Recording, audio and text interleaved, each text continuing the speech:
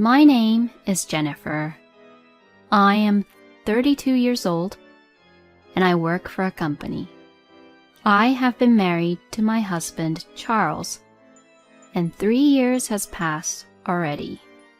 Our marriage has been stuck in a rut over the years, and I get the feeling that our intimacy and feelings with each other are getting a little weaker compared to how it was when we just got married.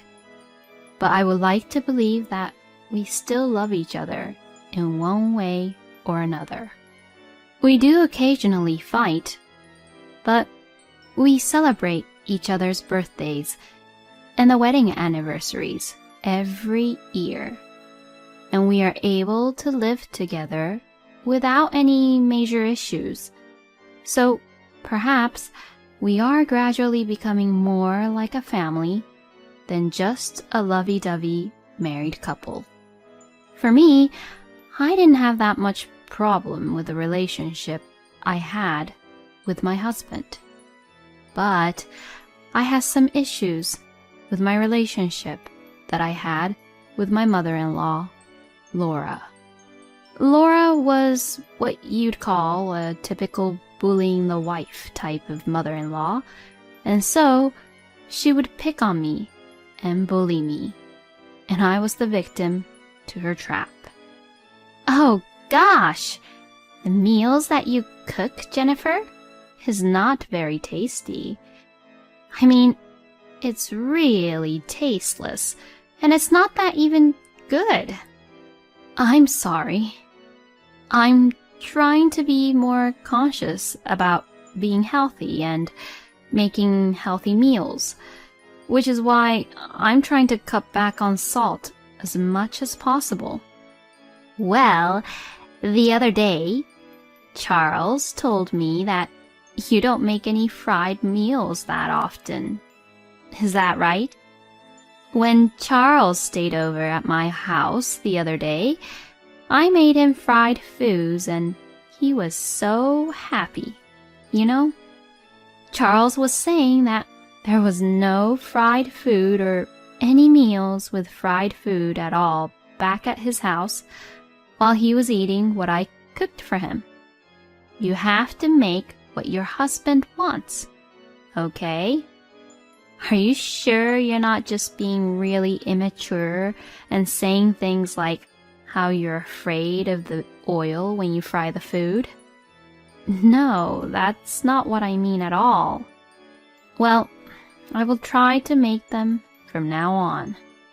The reason I don't make any fried foods is because my husband's numbers and the result of the annual medical checkup which he gets aren't really good numbers. And that's also another reason why I'm cutting back on salt. I'm trying to take really good care of my husband's health, but as his own mother, Laura's just interfering with what I'm trying to do. These thoughts came to my mind as I was really irritated by Laura and everything she says to me, but if I tried to say something like that to her, she would get really furious. So I had no choice but to reply without arguing back to Laura and just shrug it off. But even if I do that, Laura's bullying towards me didn't stop at all, and everything she said was mentally stressing me out. As a typical way for a mother-in-law to bully the wife, they would ask about the wife's pregnancy, and if the wife has their grandchild or not. And well, Laura does the exact same thing and asks me if I got pregnant with her grandchild or not every time I see her. I thought she wouldn't go into that too much since my husband has an older brother, John, and him and his wife already has a child. But it didn't seem to matter at all, and she would be very nosy and always asks me, "Are you doing it properly to make a baby?" Or you're not doing it at all? Or say other annoying things like, why don't you go to a clinic and try the infertility treatment? My husband and I have decided to wait for a baby to come naturally. And well, to be honest, we can't really afford to have a baby at this time. In fact, just a few days ago, my husband quit his job because he said he was depressed. Charles has received a doctor's note and has been receiving unemployment benefits. But it doesn't change the fact that he is still unemployed. So having a baby is just a secondary concern for us. Since I am currently working, we are able to make ends meet for now. But with the rent, living expenses, and other expenses we have to pay, we have very little money saved up for our family. Despite that, Laura seems to visit us at our house often during the daytime because my husband is now at home, and they both go out to eat together or get food delivered to our house frequently. And it seems like my husband is paying for all of it. So, in other words, it is the same as if I was paying for the both of them to eat out or get food delivered from what I earned. No matter how much unemployment benefit my husband can receive from the government, it is only for a limited period of time, so we really can't afford to have a luxurious life.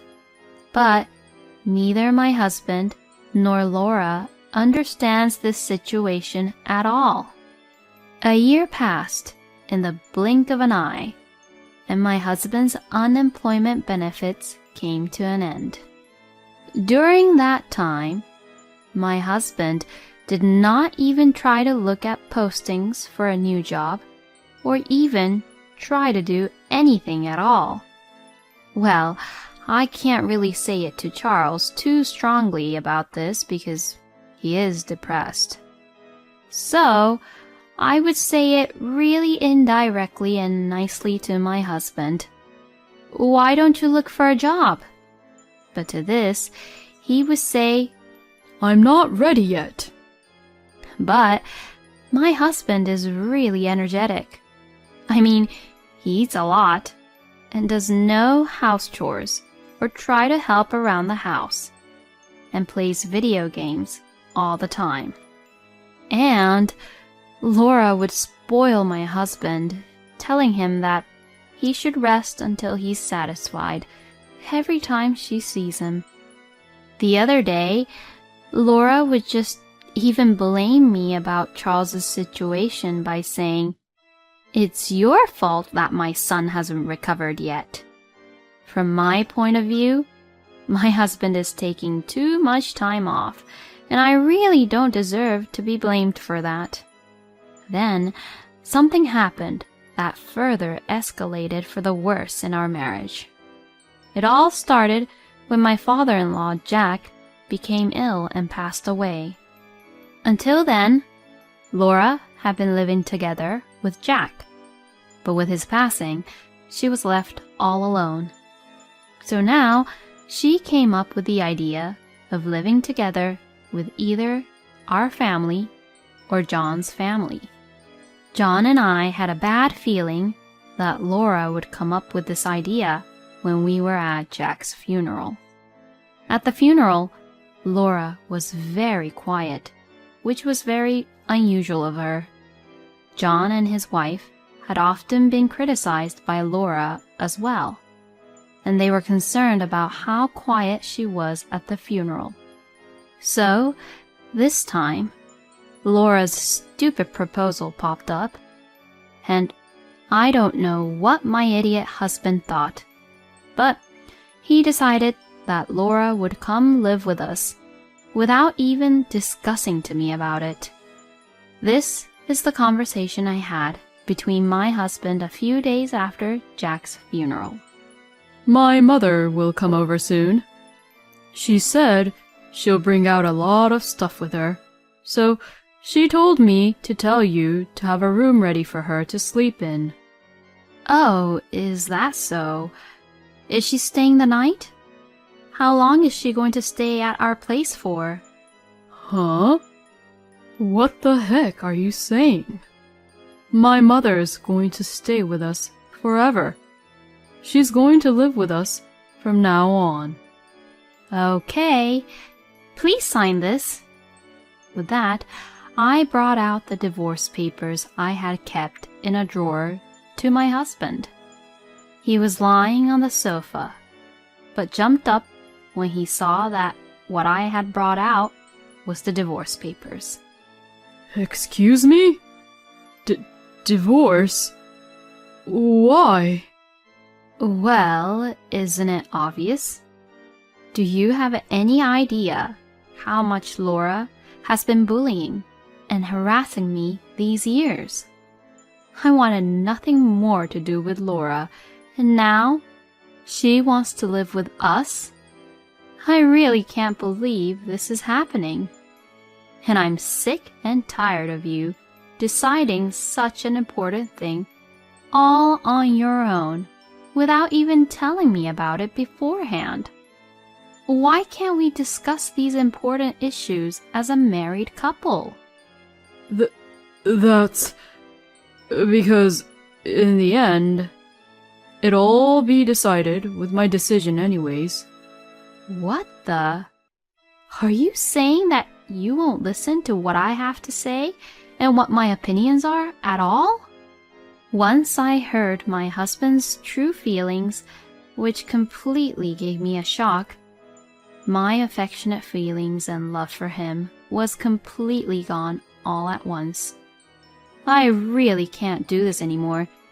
Let's just get a divorce right now. No, come on. Hold on a second.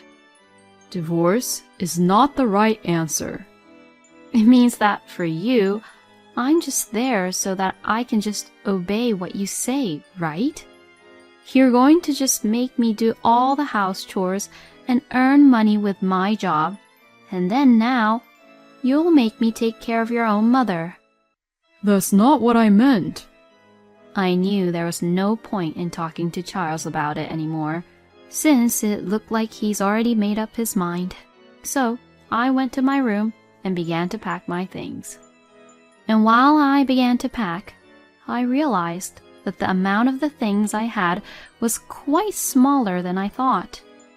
Come to think of it, Laura came over to my house and tried to mess with everything I had and throw some of my things away without my permission.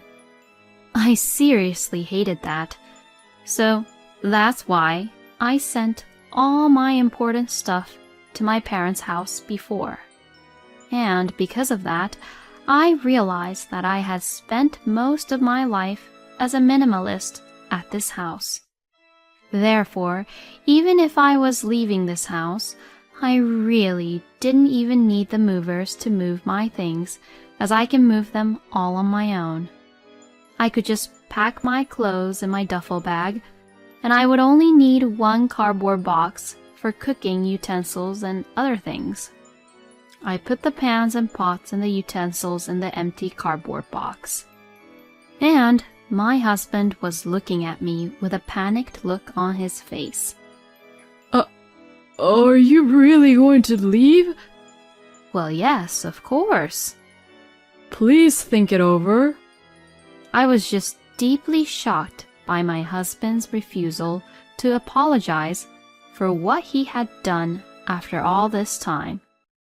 So I just shoved my belongings into the car and left the house and headed for my parents' house. My parents were surprised that I suddenly showed up so late at night, but when I explained the situation and what had been happening to them, they were just so disappointed at Charles. Hearing what had happened, my father said, "You should just leave him," which made me feel a little better. I didn't want to talk to my husband when he called me that day, so I turned off my phone and just got into my bed. Thank God I had the next 2 days off, since it was the weekend. It's really difficult to work in such a state of mind. The next morning, I was really impressed that the breakfast was ready when I woke up and enjoyed my mother's meals. I feel a little better after spending time at my parents' house for the first time in a while. And after I calmed down a little bit, I turned on my phone, thinking that I should be getting a lot of calls by now. Then I saw many incoming calls and text messages from my husband. My husband had apparently went back to Laura's house and had sent me messages. I'm currently at my mother's house. I'm helping her pack her things. When you said divorce, you were just being really emotional, so that's why you just lashed out talking about divorce, right? Well, I forgive you now. So just come home soon. My mother also says that there's no way a wife should leave her husband and leave the house like that. Oh, and just to let you know, I tore up the divorce papers. Well, you can stay at your parents' house for a couple of days, so get yourself together quickly and come home soon. What the hell? Why did Charles tore up the divorce papers without my permission? I really can't believe him. I was so angry that I replied back to Charles as if I was already dealing with a complete stranger. For your information, I am not being emotional, and I am being logical here. The reason I want to divorce you is not just the fact that you said we were living together with Laura. First of all, you quit your job without even telling me.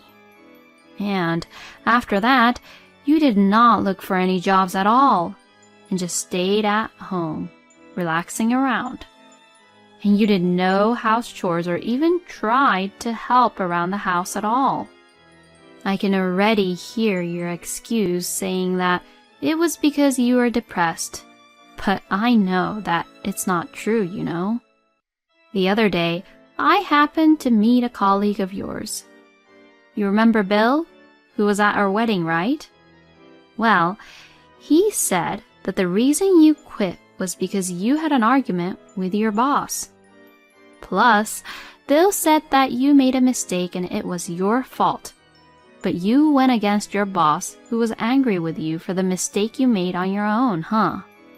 And yet, you took advantage of the company's strict compliance rules and you lied, claiming you were receiving power harassment by your boss, and then went to the hospital to get the doctor's note to show that you were depressed.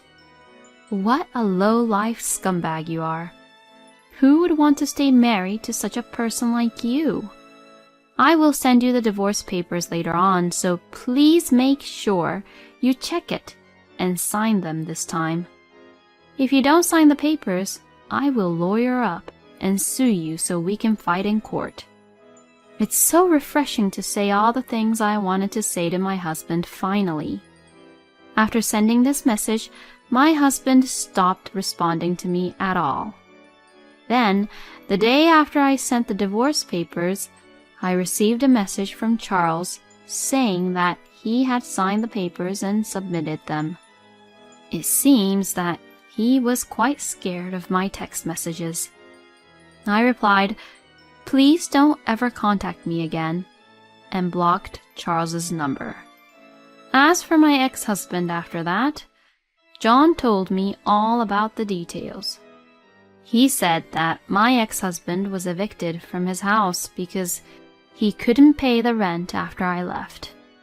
He then returned to Laura's house and is now an unemployed scumbag and relying all on Laura's pension. And John said that Laura had contacted him and his wife asking for help about Charles. But John has refused to help Laura because he knew that his wife was severely bullied by Laura, and for that, he will never forgive Laura for what she had done. So now, Laura has started working as a janitor in an office building because she has to support her son since her pension is not enough to cover them both. As for Charles, he really couldn't get back into the society and work properly in a company. And because of his terrible lifestyle of not moving around at all, he was diagnosed for having diabetes. Well, both Laura and Charles got what they deserved. I, on the other hand, started dating a colleague from work and got married a year later. And then I got pregnant and we had a baby. Currently, my husband, our son, and I are getting along very well and are having a great time together. Thank you for watching until the end. Please subscribe to our channel. We hope to see you in our next video.